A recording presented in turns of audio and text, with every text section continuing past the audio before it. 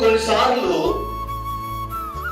మధ్యరాత్రులు మెలకు వస్తుంటారు. మనకి మెలకు వచ్చి తిరిగి పడుకున్నప్పుడు మనం ప్రార్థన చేసుకొని పడుకుంటాం.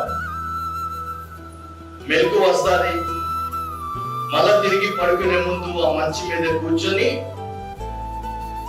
మనం కొద్ది నిమిషాలు ప్రార్థించి పడుకుంటాం.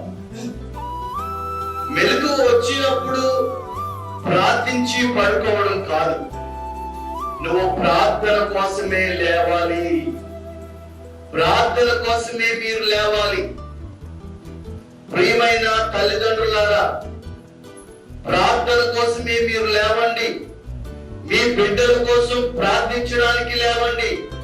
మీ బిడ్డల భవిష్యత్తు కోసం ప్రార్థించడానికి లేవండి. మీ బిడ్డల యొక్క ఉద్యోగాల కోసం ప్రార్థించడానికి లేవండి. మీ బిడ్డల వివాహాల కోసం ప్రార్థించడానికి లేవండి. మీ ఇంటి సమస్యలు తీర్చడానికి ప్రార్థించడానికి లేవండి. మీ ఇంట్లో ఉన్న ప్రతి కష్టం బాధ పోవడానికి ఒక ప్రార్థన సమయాన్ని ఎంచుకోండి. మీరు ప్రార్థన కోసమే లేవండి.